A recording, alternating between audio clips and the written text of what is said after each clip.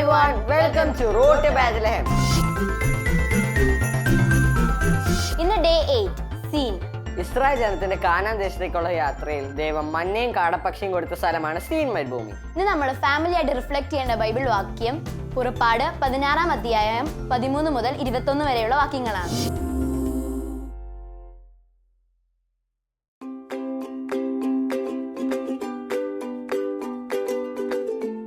പുറപ്പാടിന്റെ പുസ്തകം 16 അധ്യായം 13 മുതൽ 21 വരെയുള്ള തിരുവചനങ്ങളാണ് നമ്മൾ ഇന്ന് ധ്യാന വിഷയമാക്കുന്നത്.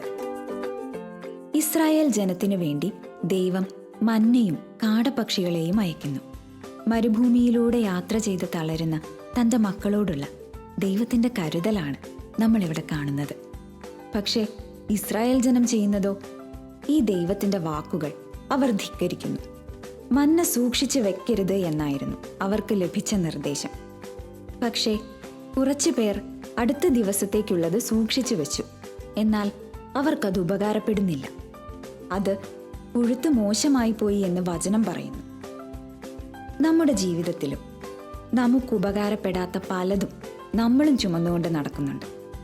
അവര് വേദനിപ്പിച്ചതും ഇവര് വേദനിപ്പിച്ചതും, ആഗ്രഹിച്ചിട്ട് ലഭിക്കാതെ പോയതും, അനാവശ്യമായി വാങ്ങിക്കൂട്ടുന്ന ഉപയോഗിക്കാത്ത വസ്തുക്കളും, ഇങ്ങനെ പലതും. വചനം വായിക്കുമ്പോൾ ദൈവത്തിന് ഇഷ്ടമില്ലാത്തത് എന്തെങ്കിലും ഞാനും സൂക്ഷിച്ചു വച്ചിട്ടുണ്ടെങ്കിൽ അത് കണ്ടെത്താനും ഉപേക്ഷിക്കാനും പരിശുദ്ധാത്മാവെ സഹായിക്കണേ എന്ന് പ്രാർത്ഥിക്കാം. സോ ഡോണ്ട് ഫൊർഗെറ്റ്, വായിക്കാം പുറപ്പാടിന്റെ പുസ്തകം 16 അധ്യായം 13 മുതൽ 21 വരെയുള്ള തിരുവചനങ്ങൾ. ദൈവം നമ്മൾ എത്രമാത്രം സ്നേഹിക്കുന്നുണ്ടല്ലേ. നമ്മൾ ദൈവത്തിന്റെ സ്നേഹത്തിനെ കുറിച്ചും കെയറിങ്ങിനെ കുറിച്ചാണ് നമ്മൾ ഇന്ന് ബൈബിളിൽ റിഫ്ലക്ട് ചെയ്തത്. ഇനി നമുക്കൊരു പുതിയ കഥ കേൾക്കാം. Let's move to our second segment, story time.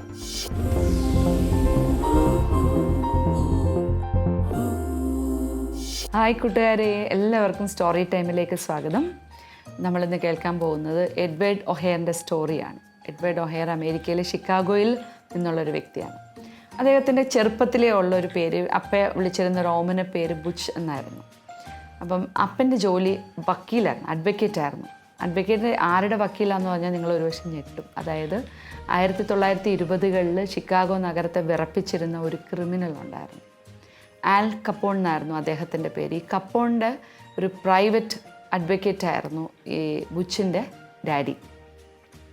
അപ്പം എപ്പോഴും ഇദ്ദേഹം എന്ത് ക്രിമിനൽ ആക്ടിവിറ്റീസ് ചെയ്തു കഴിഞ്ഞാലും വളരെ നിസ്സാരമായിട്ട് ബുച്ചിൻ്റെ ഡാഡി അയാൾ നിയമത്തിൻ്റെ കുരുക്കിൽ നിന്ന് രക്ഷപ്പെടുത്തും.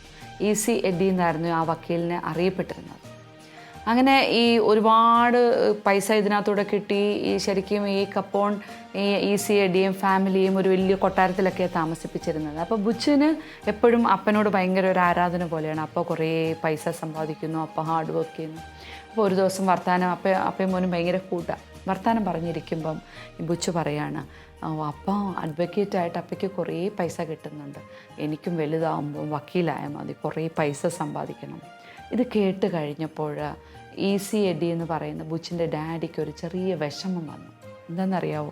അദ്ദേഹത്തിന് അറിയാം ഈ പൈസ സമ്പാദിക്കുന്ന വഴി ശരിയല്ല എന്നുള്ളത്. കാരണം ഒരു ക്രിമിനലിന് ഹെൽപ്പ് ചെയ്യാൻ വേണ്ടിയിട്ട് കള്ളത്തരത്തിലൂടെ അയാളെ രക്ഷപ്പെടുത്തി കൊണ്ടുവരികയാണ്. പെട്ടെന്ന് അദ്ദേഹത്തിൻ്റെ മനസ്സിലൊരു വിഷമം വരികയാണ്. ഞാൻ എൻ്റെ കൊച്ചിന് ഒരു വളരെ തെറ്റായ മാതൃകയാണല്ലോ കാണിച്ചു കൊടുക്കുന്നത്, ഞാൻ ഒരിക്കലും ഒരു ഗുഡ് എക്സാമ്പിൾ അല്ല ആസ് എ ഫാദർ. സോ അദ്ദേഹം പെട്ടെന്നൊരു തീരുമാനം എടുക്കുകയാണ്, ഇനി എനിക്ക് ഈ പ്രൊഫഷൻ വേണ്ടേ, ഞാൻ ഇതിൽ നിന്നൊക്കെ പിന്മാറാം. അദ്ദേഹം ചെന്ന് പറയുമ്പോൾ കപ്പോണിന് ഭയങ്കരമായിട്ട് ദേഷ്യം വരാൻ തുടങ്ങി. പക്ഷേ ഈസി എഡ്ഡി ഒരു ഉറച്ച തീരുമാനം എടുത്തു. എൻ്റെ കുഞ്ഞിൻ്റെ ഒരു നല്ല ഭാവിക്ക് വേണ്ടി ആ തെറ്റായ വഴി ഞാൻ ഉപേക്ഷിക്കുകയാണ്. അദ്ദേഹം പിന്നീട് അവർക്ക് നല്ല ബുദ്ധിമുട്ടുണ്ട്. പക്ഷേ ശരിക്കും ഈ എഡ്വേർഡിനെ വളരെ കൃത്യമായിട്ടുള്ള ഒരു സ്റ്റുഡൻ്റായിട്ട് വളർത്തിക്കൊണ്ട് നന്നായിട്ട് പഠിപ്പിച്ചു, ലക്ഷ്യബോധം കൊടുത്തു. നമ്മുടെ ജീവിതം കൊണ്ട് ഈ സമൂഹത്തിന് നന്മയുണ്ടാകണം. അങ്ങനെ തന്നെ ശരിക്കും എഡ്വേർഡ് ഒഹെയർ വളർന്നു. അദ്ദേഹത്തെ ഇന്നും അമേരിക്കൻ ജനത മറക്കുന്നില്ല, ലോകം മറക്കുന്നില്ല. എന്താണെന്നറിയാവോ? ഈ ഒഹെയറിൻ്റെ പേരിലാണ് ഷിക്കാഗോയിലെ ഇൻ്റർനാഷണൽ എയർപോർട്ടിൻ്റെ പേര് ഒഹെയർ എയർപോർട്ട് എന്നാണ്. അതങ്ങനെ കൊടുക്കാനുണ്ടായ കാരണം അദ്ദേഹം മരിക്കുന്നത് 2ാം ലോക മഹായുദ്ധത്തിൽ അമേരിക്കയ്ക്ക് വേണ്ടി യുദ്ധം ചെയ്യുമ്പോൾ രാജ്യത്തിന് വേണ്ടി അദ്ദേഹം കൊടുത്ത ഒരു ശരിക്കും ജീവൻ കൊടുത്ത് രാജ്യത്തെ പ്രൊട്ടക്റ്റ് ചെയ്തു എന്നുള്ളതാണ്.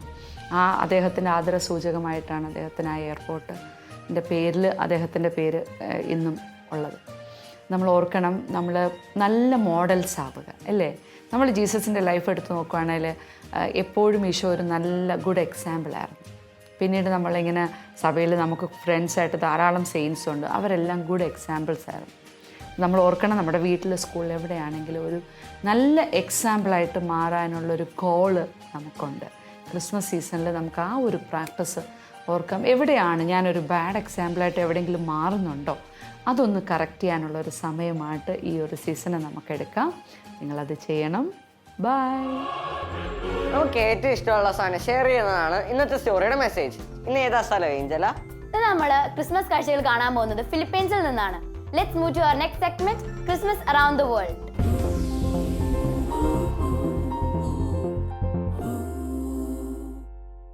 ഏഷ്യൻ ഭൂഖണ്ഡത്തിലെ ഏറ്റവും അധികം കത്തോലിക്കരുള്ള രാജ്യമാണ് ഫിലിപ്പൈൻസ്. ക്രിസ്മസ് അവരുടെ ഏറ്റവും വലിയ ഹോളിഡേ ആണ്. സെപ്റ്റംബർ 1-ാം തീയതി മുതൽ ക്രിസ്മസിനുള്ള ഒരുക്കങ്ങൾ തുടങ്ങും.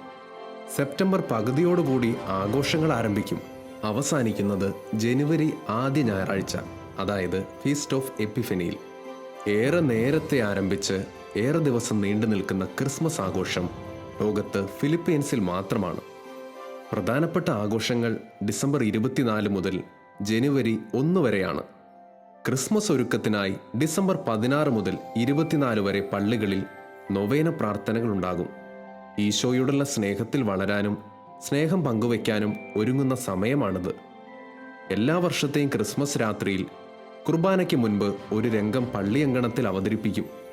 ഉണ്ണീശോയെ പ്രസവിക്കുന്നതിനായി സത്രത്തിൽ സ്ഥലം അന്വേഷിച്ച ജോസഫിനെയും മേരിയെയും നമുക്കറിയാം.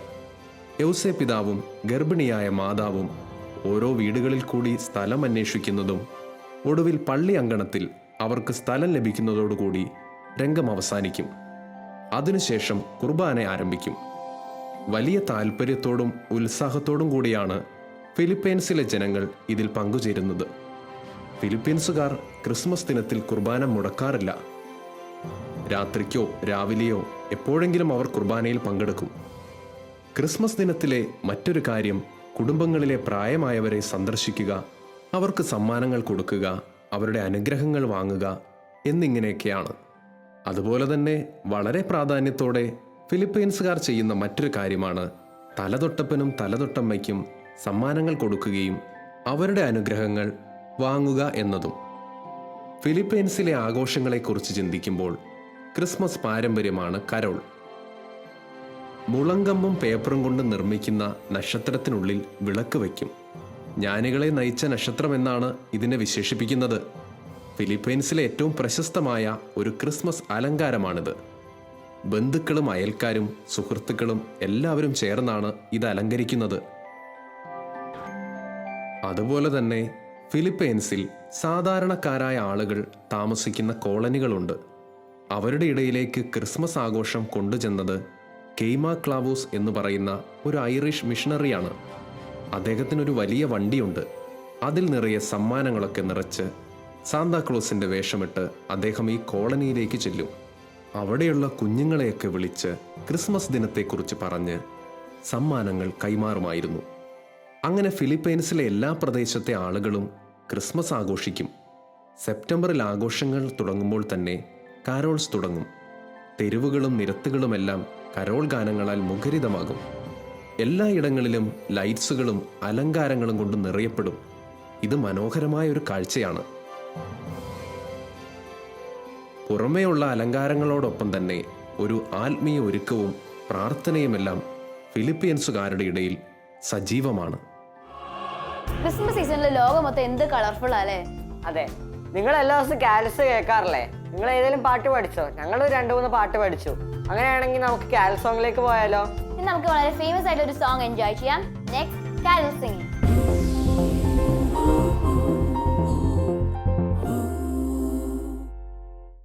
Hi everyone, we are the sisters from Thodupuzha Kuttiga Palil family. ഞങ്ങൾ ഇന്ന് റോഡ് ടു ബെത്ലഹേം എന്ന പ്രോഗ്രാമിൽ പാടാൻ പോകുന്ന പാട്ട് ക്രിസ്മസ് രാവ് അണിഞ്ഞ നേരം. Let's enjoy.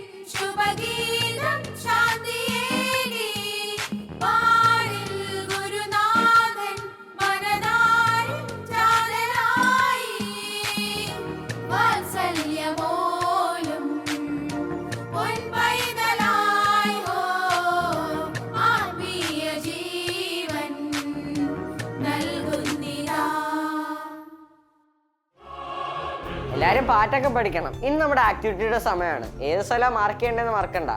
സീൻ ഞങ്ങൾ മാർക്ക് ചെയ്യാൻ പോവാ. ബാ.